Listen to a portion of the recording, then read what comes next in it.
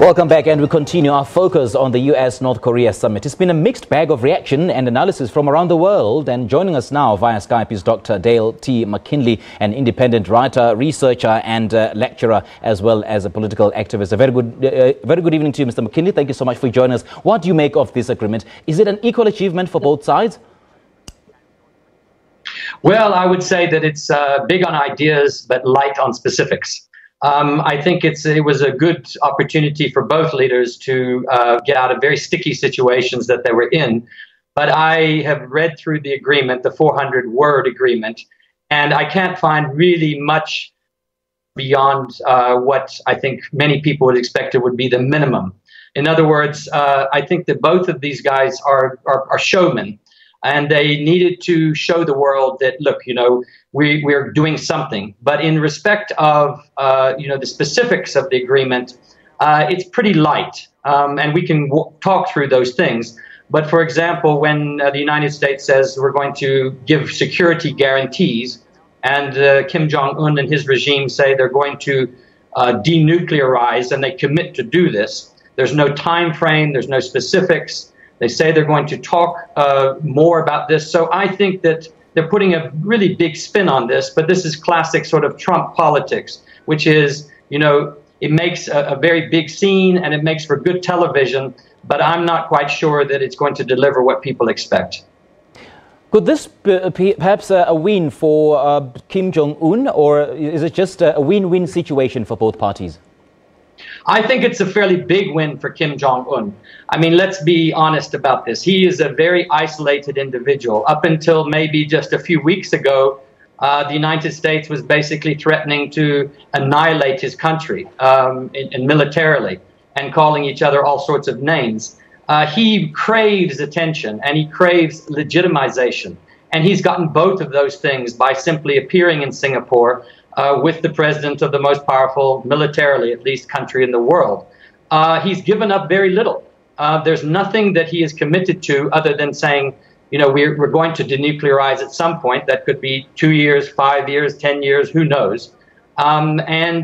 He's basically given himself a huge boost domestically because I think his own population, which is probably very sick and tired of dealing with the economic situation in his country, now might see some hope of that improving given this agreement, or at least, light agreement, light in this case. As far as Trump is concerned, I don't really think he really cares one way or the other. I think he craves attention. He craves to be seen as the man that is, doing what nobody else did. I don't think he really knows the detail. I don't think he really cares about the detail.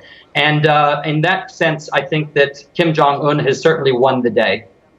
Should the dictates of this particular agreement not being implemented, what will happen? What are the implications of the non-implementation? Well, the implications, I think, the South Koreans, for example, have issued a very guarded statement saying that they would like more specifics. I mean, it's them that are on the other side of that demilitarized zone that have been in a constant state of war. And so if this goes wrong, and they go back to what the situation was just a few weeks ago, saying, no, I've got a bigger nuclear button than you do, and I'm going to annihilate your country in a tit for tat. Well, then the South Koreans are caught in the middle, and so are the Japanese and maybe some of the surrounding countries. And we could see, a serious escalation, not simply of tension, but of military conflict. That would be the worst case scenario. The other scenarios would be that there could be other conventional, in other words, non-nuclear conflict that could erupt and could destabilize the entire region. China is watching things very closely, and I think that they're very concerned about, whether this is a serious kind of agreement or not. So everything right now is very up in the air. I think we need to be very cautious about, what is going to be delivered from this, and I think mostly the people in the region have the most to be concerned about. What then do you think twisted Washington's arm, to finally accept that war games are not good for any progress? Well, I think that, Donald Trump is very good at off-the-cuff decisions. One could see just before he came to this summit what happened at the G7 summit, where he basically started talking off the cuff and attacking Prime Minister Trudeau of Canada. I think he took everybody by surprise by saying, we're going to stop the war games and the exercises. I certainly took the South Koreans by surprise. But this is classic Trump. He makes decisions when he feels like making decisions, and then everybody else has to sort of, scramble to try to make sense of those things. So I would again caution whether or not what he says is going to be implemented is another story, because what we've come to expect from Trump is a flip-flops. 1 minute he says one thing, the next minute he says another thing. And I think that that's the real issue here, is we can see this agreement is a very, very light agreement. So the specifics and what's going to happen, going forward are not going to come from Trump, but are going to come from the more serious, I think, people in his administration, if there are any in that regard, because I don't think that we can treat this as a sort of classic kind of political negotiated settlement when Trump is involved. Now, taking from this agreement, which path are the powers now taking, negotiating further to wrap this up and bring this to closure? Sorry, I didn't quite catch that question. Which path are the powers now taking to negotiate further and then wrap this agreement up and then bring this to closure?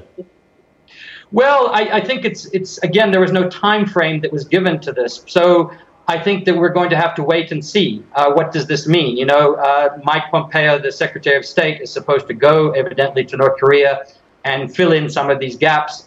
The South Koreans, I think, are waiting to find out what role they're going to play. So I think it's going to be a waiting game at this stage. And, if things, for example, if the United States goes and they do have talks, more specific talks in North Korea, Pyongyang, or in South Korea, and they come unstuck, in other words, when they get into the specifics, well, then it might, go back to a situation where all the grand talk and all of the, nice opportunities. I mean, if one listened to Trump in his press conference, he was praising Kim Jong-un as a man of integrity and someone he could work with, and it's going to be beautiful, and the country is going to enter into a new, era of peace and prosperity. This is classic, as one commentator in the United States put it, is this a reality show or is this reality itself? I'm not quite sure. And I'm going through this particular document, and it makes no mention of the concrete concessions to demonstrate that North Korea is indeed willing or committed to denuclearize the Korean peninsula. I mean, it speaks to if there are any economic incentives that North Korea is perhaps hoping from Washington. Are they? Well, of course, Trump has said categorically that they're not going to lift sanctions until there's concrete signs that the denuclearization process is taking place.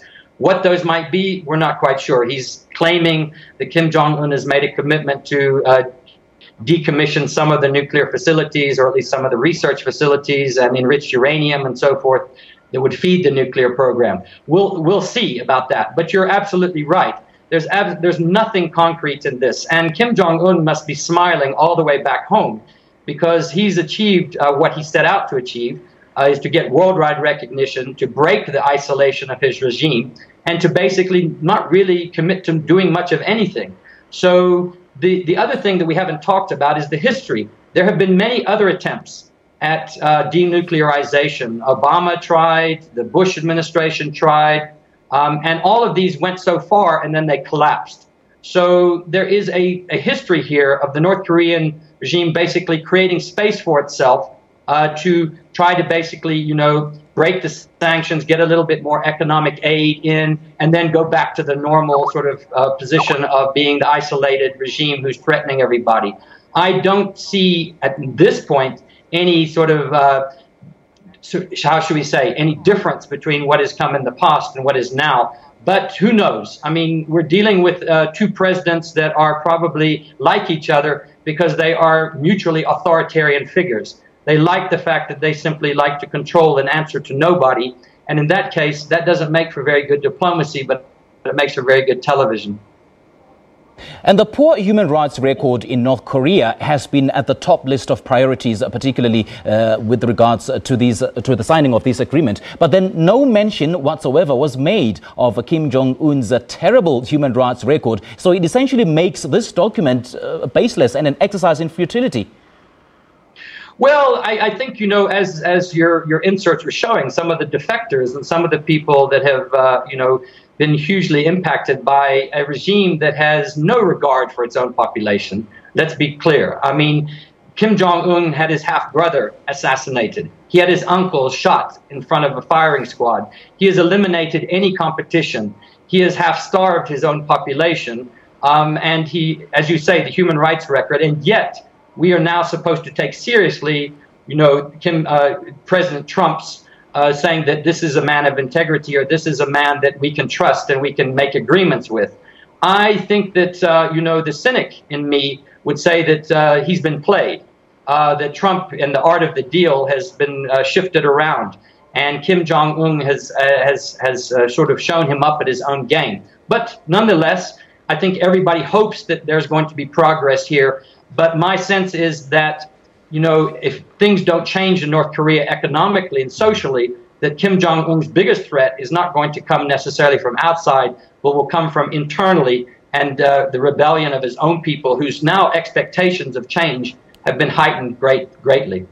And how much influence did South Korea have as a build-up to this historic summit? And are we likely to see a manifestation of such influence moving forward as the bromance has been newly founded? Well, I think the South Koreans are sort of waiting on the sidelines, and I think they're very anxious because, as anybody who's probably dealt with Trump knows, as I said earlier, he can change his mind in a second.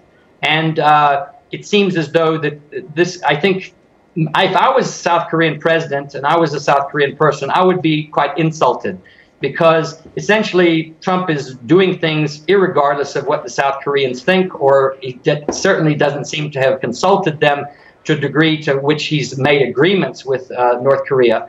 And it's almost as if he's playing the old colonial power game, where, we're the big guy in the neighborhood, you're going to listen to us, and if you don't, well, then we're going to string you along, or we're going to pull you along.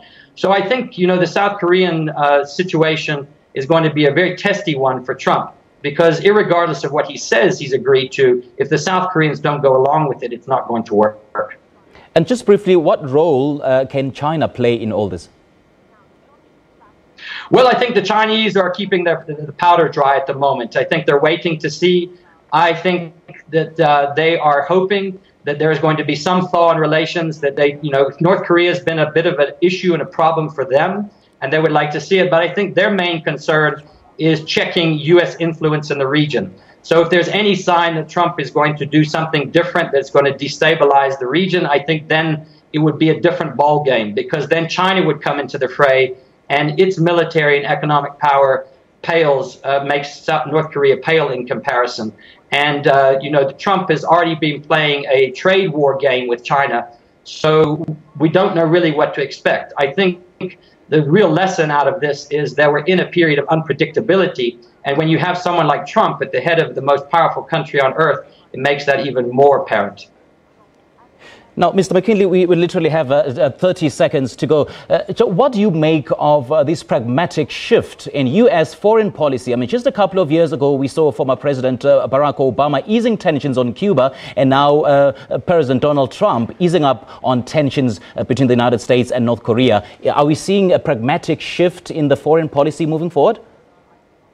Well, I don't know if it's so much a pragmatic shift as it is a yearning in the case of presidents to be seen to conclude sort of historic agreements and be, if you listen to Trump in his press conference, he was sort of waxing lyrical about how this is a historic moment. So I think the pragmatism comes when we can see the detail and if it's going to work. Right now, it's a good, as I said, it's a good television show, but it's too early to say whether this is going to really result in something that I think the whole world is looking forward to, which is more peace and stability in our globe. Mr. McKinley, thank you so much for joining us. Dr. Dale T. McKinley is an independent writer, researcher and lecturer, as well as political activist. He joined us via Skype.